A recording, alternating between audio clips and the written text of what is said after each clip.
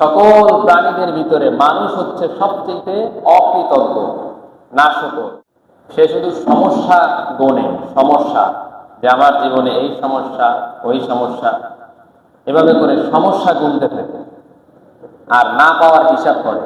ইমাম হাসান আল বসরি রাহমাতুল্লাহ আলাইহি বলেছেন, অকৃতজ্ঞ নাশকর বান্দা হলো ওই ব্যক্তি আল্লাযী ইয়াউদ্দুল মাসাইব ওয়া ইয়ানসান নিআমা, যে সমস্যা গুনে আর সমস্যার কথা মনে রাখে এবং নিয়ামতের কথা ভুলে যায়, আল্লাহর দেওয়া নিয়ামতের কথা। পৃথিবীর মধ্যে এই ব্যক্তি হলো সবচেয়ে নাফরমান, সবচেয়ে হলো অকৃতজ্ঞ বান্দা।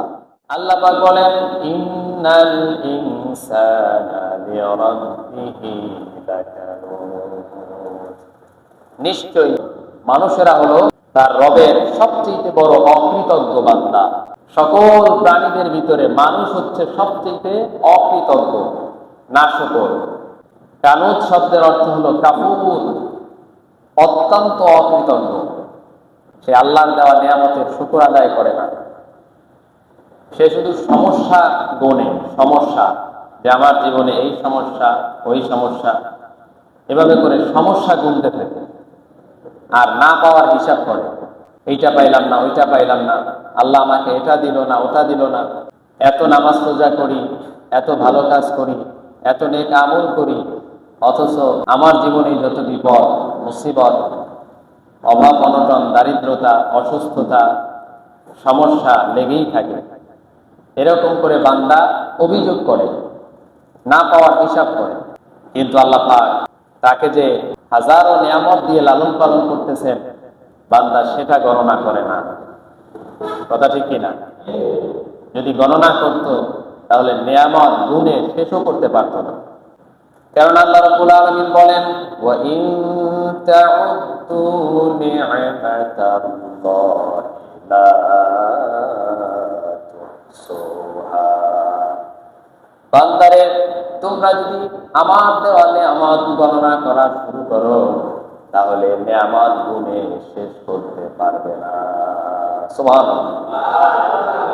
যদি নিয়ামত গণনা করা আমরা শুরু করতাম, আমরা নিয়ামত গুণে শেষ করতে পারবো না। কার কথা? জোরে বলুন, কার কথা? এত নিয়ামত দিয়ে আল্লাহ পাক আমাদেরকে লালন পালন করতেছেন। আল্লাহ পাক আমাদেরকে কত নিয়ামত দান করেছেন দেখেন। আল্লাহ পাকের সবচেয়ে বড় নিয়ামত হলো আল্লাহ পাক আমাদেরকে বিনা অস্তিত্ব থেকে অস্তিত্ব দান করে মানুষ বানিয়েছেন। কি বানিয়েছেন? আমাদেরকে পশু বানান নাই, আমাদেরকে অন্য কোনো জানোয়ার বানান নাই, অন্য কোনো প্রজাতি বানান নাই। আল্লাহ আমাদেরকে মানুষ বানিয়েছেন। এটাই তো আমাদের জীবনের সবচেয়ে শ্রেষ্ঠ নিয়ামত। শুধু তাই নয়, আমাদেরকে আল্লাহ পাক মুসলমান বানিয়েছেন, আমাদেরকে মুমিন বানিয়েছেন, আমাদেরকে ঈমানের নিয়ামত দান করেছেন। আল্লাহ পাক আমাদেরকে সুন্দর চেহারা দিয়ে, সুন্দর আকৃতি দিয়ে তৈরি করেছেন। এটাও একটা নিয়ামত। এটাও কি বড় ধরনের একটা নিয়ামত। এরপরে আল্লাহ পাক আমাদের শরীরকে সুস্থ রেখেছেন, আর শরীরের মাথা থেকে নিয়ে পা পর্যন্ত আল্লাহ পাক অসংখ্য নিয়ামত দান করেছেন। কি কি নিয়ামত দান করেছেন আমি যদি বর্ণনা করা শুরু করি তাহলে শেষ করতে পারবো না।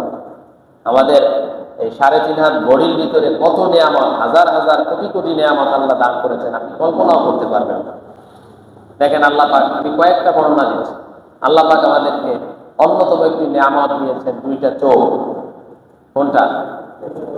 এই চোখ কত বড় নিয়ামত, যে চোখের মাধ্যমে আমরা এই দুনিয়ার আলো দেখতে পাই। সুবহানাল্লাহ।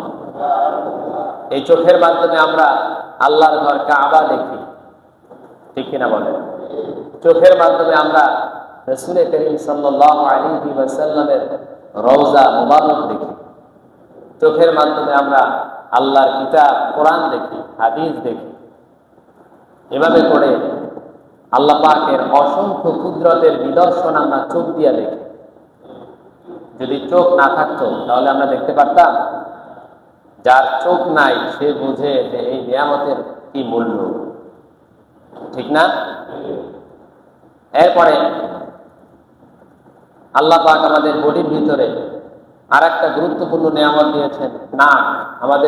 আমাদেরকে যে আল্লাহ নাক দিয়েছেন, এই নাকের কাজ কি? নাক দিয়ে আমরা বেঁচে থাকার জন্য সবচেয়ে গুরুত্বপূর্ণ যে উপাদান অক্সিজেন গ্রহণ করে থাকি।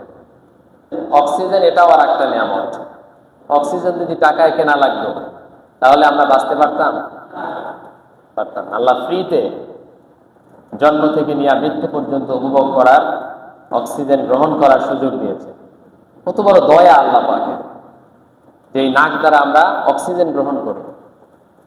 এরপরে এই নাকের মাধ্যমে আমরা কোনো কিছুর ঘ্রাণ নিতে পারি, আবার কোনো কিছুর দুর্গন্ধ আমরা এই নাকের মাধ্যমে পাই, যার কারণে আমরা বুঝতে পারি যে ওই খাবারটা আমার জন্য ভালো নয়, সুস্বাস্থ্যকর নয়।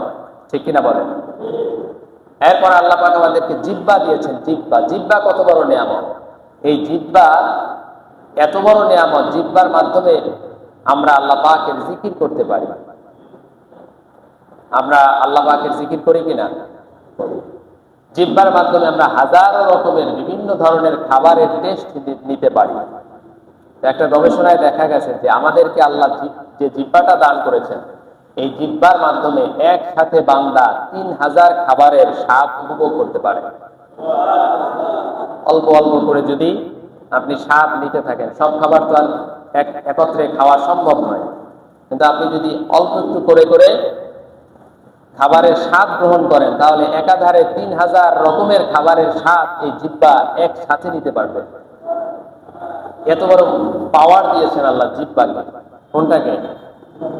জিহ্বা। এরপরে আল্লাহ পাক আমাদেরকে 2টা কান দিয়েছেন, যে কানের মাধ্যমে আমরা ভালো ভালো জিনিস শ্রবণ করতে পারি, কিন্তু আমরা ভালো জিনিস শুনি কম, খারাপ জিনিস শুনি বেশি। ওই নিয়ামতকে গুনাহের ক্ষেত্রে কাজে লাগাই না, নেক আমলের ক্ষেত্রে কাজে লাগাই না।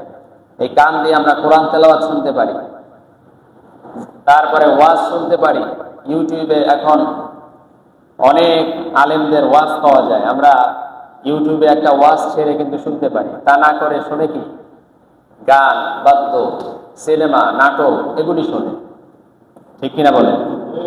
হারাম জিনিস শোনে কান দ্বারা। কান আল্লাহ পাকের নিয়ামত, এই নিয়ামতকে হারাম কাজে ব্যয় করা যাবে না। আল্লাহ পাক আমাদেরকে 2টা হাত দিয়েছেন, হাত। এই হাত দ্বারা আমরা কাজ করতে পারি, একটা জিনিস ধরতে পারি। যার হাত নাই, এই নিয়ামত যার নাই, সে বোঝে যে হাত না থাকার কি জ্বালা। কি বলেন? আবার এই হাতের ভিতরে কত নিয়ামত! আল্লাহ পাক আমাদেরকে হাতের ভিতরে আঙ্গুল দান করেছেন। আঙ্গুল, এই আঙ্গুলের ভিতরে বিভিন্ন অনেকগুলো কর দিয়েছেন, কর, যার মাধ্যমে আমরা আঙ্গুল ভাঁজ করতে পারি, একটা জিনিস ধরতে আমাদের সুবিধা হয়। কি বলেন? যদি এরকম কর না দিতেন তাহলে আঙ্গুল আর আঙ্গুল হতো না, এটা হতো কাঁটা চামচ। কিসের মতো? কাঁটা চামচের মতো। এরকম করে ধরা লাগতো। কত বিশাল নিয়ামত আল্লাহ এই হাতের ভিতরে দান করেছে। আপনি একটু ভাবেন তো, যে হাতের মধ্যে কত ধরনের নিয়ামত। সুবহানাল্লাহ, আরো জোরে বলুন সুবহানাল্লাহ। এরপর আল্লাহ পাক আমাদেরকে 2টা পা দিয়েছেন, যে পায়ের মাধ্যমে আমরা চলি, এক জায়গা থেকে আরেক জায়গায় যেতে পারি। আপনারা যে মসজিদে এসেছেন কিসের মাধ্যমে? হেঁটে। বলেন? পায়ের মাধ্যমে। পা যদি না থাকতো, হয় আরেকজনের ধরে নিয়ে আসা লাগতো, অথবা হুইল চেয়ারে করে নিয়ে আসা লাগতো। দেখেন না মাঝে মধ্যে হসপিটালে অনেক রোগীর পা নেই, পা কেটে ফেলে দিয়েছে ডাক্তার, অ্যাক্সিডেন্টে পা শেষ, তখন তাকে হুইল চেয়ারে করে আরেকজন ঠেলে ঠেলে নিয়ে যায়, আরেকজনের সহযোগিতায় সে মসজিদে যায়। এরকম হয় কি হয় না? তো সে বোঝে যে পায়ের, পা যে নিয়ামত, কত বড় নিয়ামত, এই পা না থাকার কি জ্বালা, কিন্তু আমরা বুঝি না। এইভাবে করে আপনি যদি নিয়ামত, আল্লাহ পাকের নিয়ামত নিয়ে ভাবেন, চিন্তা করেন, গবেষণা করেন, নিয়ামত গণনা শুরু করেন, নিয়ামত গুনতে গুনতে গুনে গুনে শেষ করতে পারবেন না। কিন্তু আমরা নিয়ামত গুনি না, আমরা গুনি কি? আমার জীবনে কি কি সমস্যা আছে, আল্লাহ আমাকে কি কি সমস্যায় রাখছে, কি কি বিপদ দিয়েছে, কি কি আপদ দিয়েছে, মুসিবতে আল্লাহ ফেলেছে, এগুলি আমরা গণনা করি আর না পাওয়ার হিসাব করি। এজন্য হাসান আল বসরি রহমতুল্লাহ তিনি বলেছেন, দুনিয়ার ভিতরে সবচেয়ে অকৃতজ্ঞ, নাফরমান, নাশকর বান্দা হলো ওই ব্যক্তি আল্লাযী ইয়াউদ্দুল মাসাইব, ওয়ায়ানসান নিআমা। ইমাম হাসান আল বসরি রাহমাতুল্লাহ আলাইহি বলেছেন যে সমস্যা গুণে আর সমস্যার কথা মনে রাখে এবং নিয়ামতের কথা ভুলে যায়, আল্লাহর দেওয়া নিয়ামতের কথা, পৃথিবীর মধ্যে এই ব্যক্তি হলো সবচেয়ে নাফরমান, সবচেয়ে হলো অকৃতজ্ঞ বান্দা। নাউযুবিল্লাহ। যে শুধু সমস্যা গোনে কিন্তু নিয়ামত গোনে না। আমরা কি নিয়ামত গুনবো নাকি সমস্যা গুনবো? কোনটা গুনবো? আমাদের মনে যত অশান্তি, আমরা নিয়ামত না গোনার কারণে শুধু সমস্যা গুনি। আমার জীবনে এই সমস্যা, ওই সমস্যা, এইটা পাইলাম না, ওইটা পাইলাম না, শুধু অভিযোগ। এই সমস্যা গোনার কারণে আর অভিযোগ করার কারণে আমাদের মনের ভিতরে যত অস্থিরতা, ঠিক কিনা বলেন? তো আমরা কি অকৃতজ্ঞ বান্দা হব নাকি শুকরগুজার বান্দা হব?